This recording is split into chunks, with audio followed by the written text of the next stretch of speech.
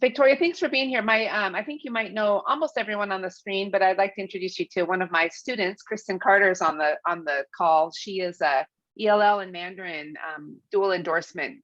She's doing her student teaching this spring. I get to be her supervisor. And Kristen Victoria is the current actful president. So thank you for being here.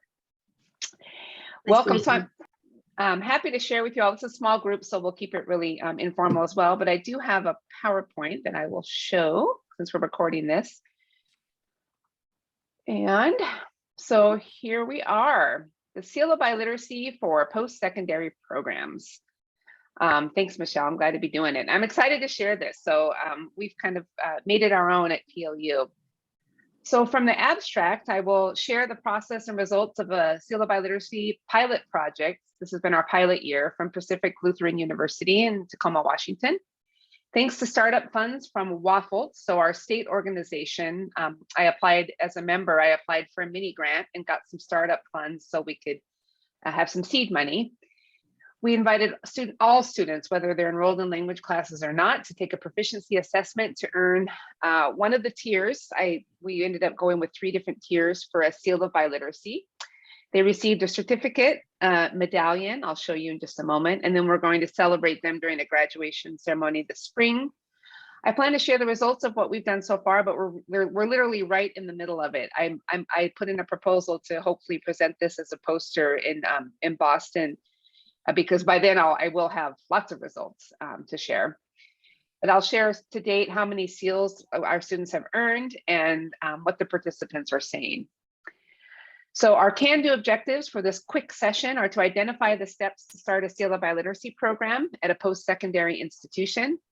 And I hope you'll be able to name at least 2 benefits and 1 challenge of starting a SEAL program at a post-secondary institution. And those of you who are in K through 12, please tell your post-secondary colleagues about the SEAL. That's actually one of the challenges, and I think probably Linda would agree that post-secondary is not doing nearly as much as our amazing K through 12 colleagues.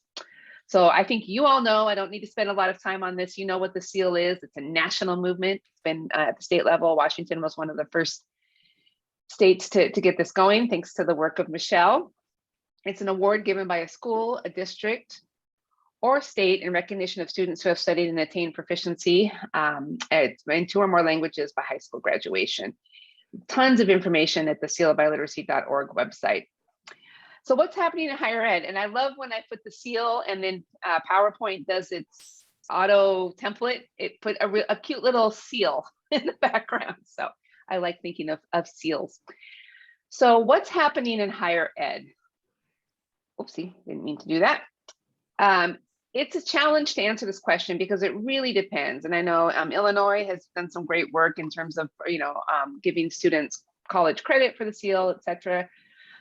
It really depends because some institutions of higher ed at the state level or at the local level are designing their own SEAL like we did at PLU. Some are leveraging programs like the Global SEAL, and Linda's going to be talking about that. I think, is your session today, Linda, or did you? Yes, it is. Yeah, so you can attend that and learn more about that. Some are granting high school credit from the Global SEAL or the State Seal of Biliteracy. Some are waiving language requirements or using high school SEALs for placement. We're doing that at PLU as well. And some, perhaps many, have never heard of it. So it's really a challenge. This might be one of the biggest challenges is getting higher ed to follow the lead of K through 12. So we decided on our own SEAL at PLU, probably, possibly partly because I've just been involved with the SEAL for so long and I'm passionate about it. And I wanted to kind of make one our own. We're a small liberal arts college of about 2,400 undergraduates. So we received a small startup grant from WAFLT, like I mentioned. It was $250, not a whole lot, but it was enough for my university to say, hey, I went out and asked for some money, so let me do this. And then during this pilot this year, the university and our grant have covered all of the funds, the costs. We covered the testing and the medallions. Those are really the only two costs. So I'm happy to talk about that. So our first step in the fall was to email invitations out to all students currently enrolled in language courses, all students who live in our language residence hall, all of our international students, We have a heritage speakers program for Spanish. We contacted them. I hosted interest sessions for students to learn about the seal and to get them thinking about what proficiency is. And not a lot of my colleagues maybe think about it, but I want the students to know about it. And we looked at some sample stamp assessments. We included the wonderful Necessful, Actful, Can-Do statement descriptions to help students understand the proficiency level. When you say you need advanced low to hit this tier, that doesn't mean anything to students and again, to many of my colleagues, but I said, this is what it looks like. This is a can-do statement for what you can do if you're at this level. We also coordinated with Study Away. And what was great is that we have a lot of about half of our students study away at some point during their time at PLU. The Study Away office agreed to pay for the tests for those students. So that took some of the burden off of our group, because they used it for pre and post assessment. So they covered the testing costs. We had students who went to Oaxaca finally in January. Some went for just a month. Some are still there for the whole semester. And that's where actually we got a bulk of our students participating. The Study Away office paid for their assessments. I hosted the assessments, and then I've been tracking the results for them. So we have some interested students. So what did we do? We created our account with Avant Assessment. We went with the STAMP assessment. We included all of the languages we knew we had interest in, even languages that aren't taught at PLU. For example, Japanese. I knew I had some students who spoke Japanese at the university, and so I ordered Japanese codes. I ordered Russian codes as well. We were working with WAFLT for testing in non-Avant languages like Norwegian. We have Norwegian students. We have a program. And so a student's going to be taking the Norwegian ALTA test after spring break. He's not quite yet ready to do the writing. And then we've hosted testing windows. This is actually the biggest time suck, and hopefully I can figure out a way to get some of my upper division students to maybe help me with this. You need to have a 3-hour testing window, because for some students, they may take up to 3 hours to take one of these assessments. I've hosted 3 so far, and I've invited students back who tested too low in at least one of the areas to retest. A lot of times they take it and they may do really well in everything, but perhaps the speaking. And now that they've gotten a sense for the test, they've spent a few months kind of talking with tutors and doing proficiency-oriented activities. They can come back, and a lot of them, I think, will be able to bump up that one score. Some other things we did, we had a student design our seal. So that's one of the images of the seal. And then I've got right here the actual seal. Look how big it is. Isn't it cool? It's a metal seal. And then this is our PLU colors, black and gold. So this is like the coolest thing for me. I want to keep one. I had a student design the seal. PLU's logo is a rose window, a beautiful rose window. It's all over campus. So this student took our rose window and then made it his own. He made it black and gold, PLU colors, put PLU, seal of biliteracy, and put a kind of Roman numeral 2, and then the word literacy. It was all his design. I said, what do you want for it? Gave him $50, gave him a seal, and he just went with it. We ordered seals from a local trophy company. It took at least 30 days to get it going. We ordered in bulk because we had to pay for a cast as well. It ended up being only about $10 each. Again, the test is about just under $20 for the amount that we order. So $19.90 per student, and then $10 per seal, literally about $30 to run this program, and then my time. We did 3 different colors of seals to represent the tiers. So you can see here, we did silver, gold, and platinum. The platinum ended up being almost solid black, but it's pretty cool. So a little bit more about the tiers. We really wanted to motivate students. A lot of our students, as we know, are coming in with high school seals already. We want to get them to think about leveling up to the next level, or even while they're at PLU. Maybe they get a silver seal when they're a sophomore, and then they study away, or they continue taking classes or continue self-study, and then go for the gold seal. And then we'll give them 2 seals when they graduate, right? Maybe 3, right? So these are the 3 levels: silver, intermediate mid, gold, intermediate high, and then platinum, advanced low or higher. Advanced low is also our proficiency goals for all of our majors. It's a requirement to become a teacher in our state, so we went with that. And these are examples of the Necessful, Actful, Can-Do statements that I shared with the students to give them a sense of what that means if you're at this level, right? So the results so far, we've had students test in Chinese, French, Norwegian, and Spanish. Our Norwegian student, he's got it scheduled. He hasn't yet tested. He keeps putting it off. He's a little nervous. It's been a challenge to advertise the program. So next year, I hope to really get more students. I would love to get that Japanese student who I know exists. I want her to come in and actually take the test. The Russian students I know that exist, I want them to come in and take the test. 2 of our students have assessed in 2 languages. One did Spanish and French, and one did Spanish and Mandarin. Really cool about those students. So the Spanish-French student, Spanish heritage student taking French, and then the Spanish Mandarin student is a Mandarin heritage student who's studying Spanish at PLU. So when they learned about, hey, we'll pay for you to take it in another language, they jumped on it, right? They can definitely wear the medallion at graduation. That's why we made it so big. Yes, absolutely, Victoria. So I just did some testing last Thursday. I don't have those results in. I had a few more students come in. So far we have, gold has been kind of where most students are landing. Our Chinese heritage speaker got intermediate high in gold, so it's got a gold. And then for Spanish, we've got 10 for gold, 2 have hit the platinum, and then 8 have gotten silver. Our French student, so far, she just retested the speaking last Thursday, so I'm waiting for her results to come in. She was close on everything else in December, and I said, do some practice, think about the test, and come back and take it. So we've got a group of about a dozen who are still in Oaxaca, and they'll retest in June when they come back. And at least 4 of those students were close to earning silver. Absolutely, after 4 months in Oaxaca, Mexico, they'll be back and they'll probably be hitting gold, right? So we've been really excited for this small startup project here. We'll continue offering the test windows this spring. I hope to offer at least 2 more. As Victoria asked, we plan a big celebration near the graduation date. We want to have this referenced in the graduation program. This will be our first in-person graduation since the pandemic. We do it at our big Tacoma Dome where concerts and things are held. There'll be thousands of people in that room. I want them to see in the program. I want them to ask, like, what's that cool seal that people are wearing? What does that even mean?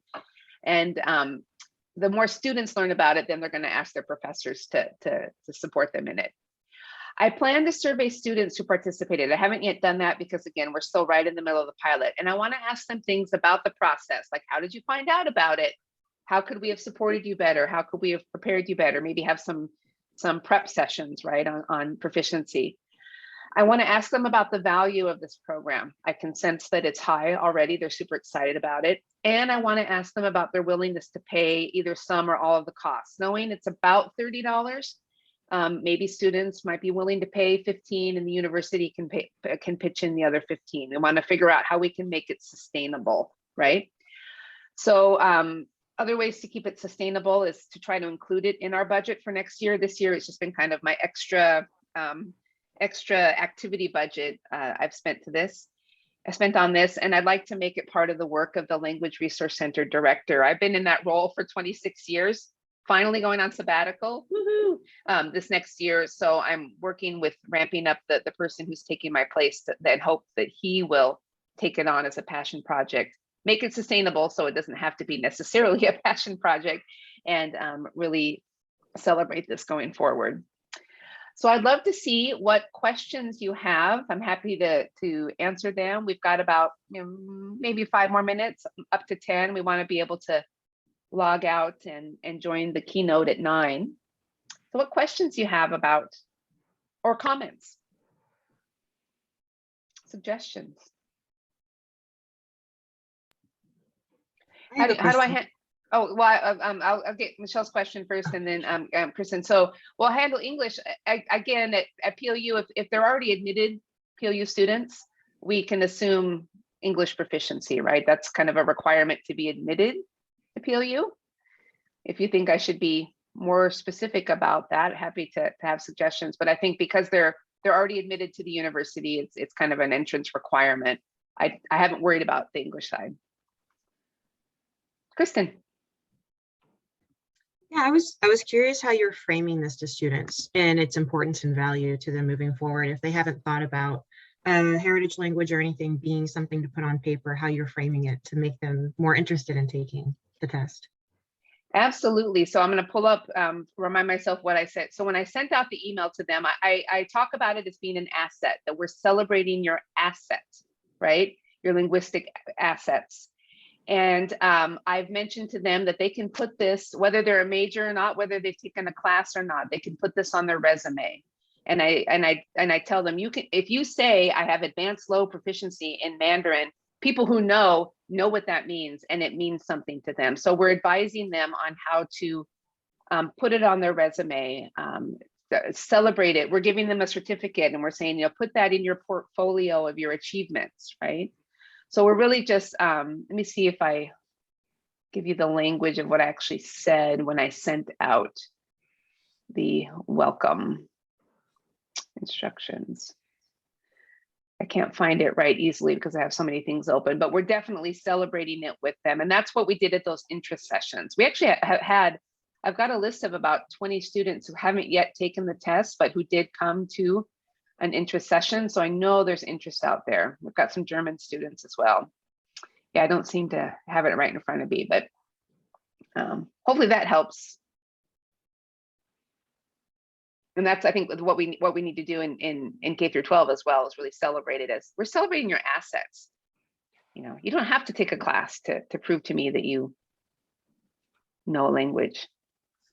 Hey, Bridget, can you hear me? Yeah. It's Michelle. We can. Okay, yeah, we were just contacted this week by the city of Seattle because they have a program of offering like a $200 stipend kind of thing every month to employees who have had an external evaluation of their language. They were asking us, actually contacting us about Native American languages, but I'm thinking that if this kind of thing can take off, then maybe they actually sort of have a list of approved qualifications like the PLU seal of biliteracy, as well as maybe the Washington State seal of biliteracy, or again, depending on what level they need, and certainly the global seal of biliteracy. So I'm thinking this kind of thing, local governments and state governments that might want to start having something concrete as a way of both recognizing and tapping into the resources that their employees bring, and then letting the students know that this will be a benefit if they ever go into those kinds of jobs. That's great, Michelle. Yeah, absolutely.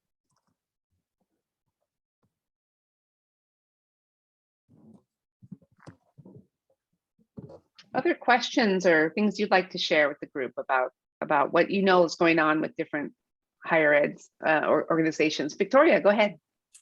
Well, the upcoming edition of Foreign Language Annals has 2 articles that focus on the seal of biliteracy. And ACTFL just did the first book club last month where we focused, I see some of you were in there, Michelle was there, where we focused on the seal of biliteracy, the article that Kristen Davin wrote. And she has a book coming out as well that's published by ACTFL on the seal of biliteracy. And what's exciting is, I think, branching out and extending it beyond the K through 12 setting and into higher ed. I think that's really exciting, Bridget. And I hope that you'll consider writing this up and submitting it as well to Foreign Language Annals, because we need to get the word out about this. So thank you for what you're doing. Absolutely, yes. And I'm sorry I missed that book club. I'd signed up for it and then couldn't make it. But Kristen and I were emailing prior about this. So definitely we'll share it more with her. Yeah, Linda. Yeah, one of the big spaces where we're seeing higher ed growth, because that's about 25% of our global seals, so thousands at this point in higher ed, but we're seeing a lot of interest with the LSPs, with those language for specific purposes groups. So have you thought about how, or maybe that's not necessarily a part of your program at PLU, but I wonder if, that's another outreach point. I know for Global Seal, that's been, even from the get-go, because there are language pay differentials for, those language certificates.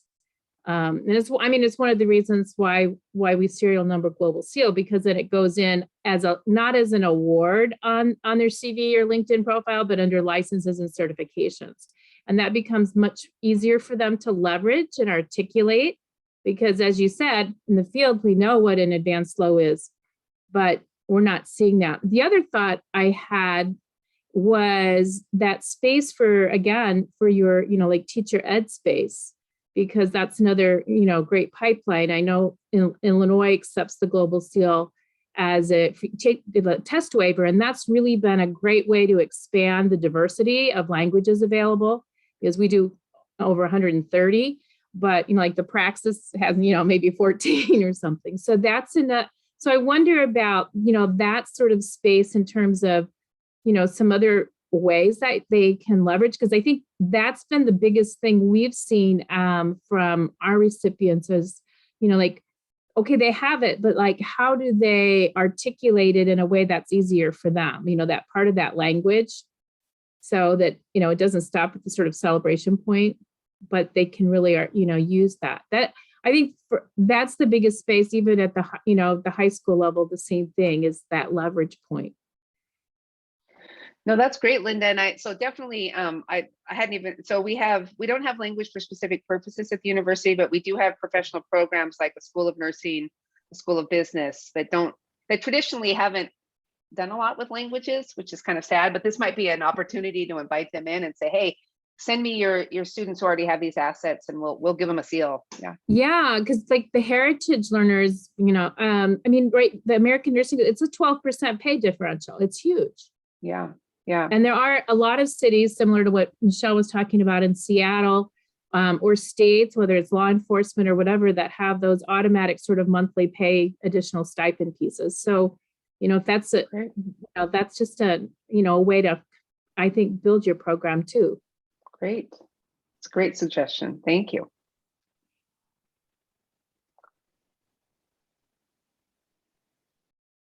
Yeah, thanks, Brenda. I really wanted to do the tiers. I got that from learning from other institutions that are doing tiers, because again, we don't want them to stop when they get a seal, right? We want them to keep going. Okay. Yeah. Well, it also adds that, we just see it in our data, the gamification space, because we've got enough, Level up, yeah. 3-year plus data now, we're starting to see this, some repeat students. So that holding out that extra carrot or two, depending on where they start, it's exciting. It's fun. It's amazing to me with students how much they love the swag. They love they'll do anything for a medallion. Sorry, Yeah. Brenda, wait, Brenda, were you gonna say something? Yeah. No, I was just gonna say it encourages those students that come in with the seal to keep going. I love that, because I have students that are like, nope, I hit it, I'm good, I have the thing. But then it encourages that continued study. It encourages them to just try for a little bit higher. Absolutely. Yeah, well, and that's, that's the space of that gamification piece. And it happens both, whether, it's the skill report or the tiers. But I also have seen, at least, from the student standpoint, as you said, the swag. We designed our medals thinking that would be like the high school. And then we have lapel pins, they're a little more professional. And a lot of our company employers that are using the Global Seal do that. But we're surprised by how many universities do the medals. They love them. Yeah. So yeah, the kids, you're right. That was sort of a aha. I thought, oh, okay. Yeah. Because it really, it's like a race medal, right? You're excited about it. I'll pay $10 for that. I'm happy to pay for that. So, well, thank you all for being here. Our Catherine just texted and said the Zoom room is open for our big keynote. So thank you for joining me this morning. This recording will be, I'll stop the recording now.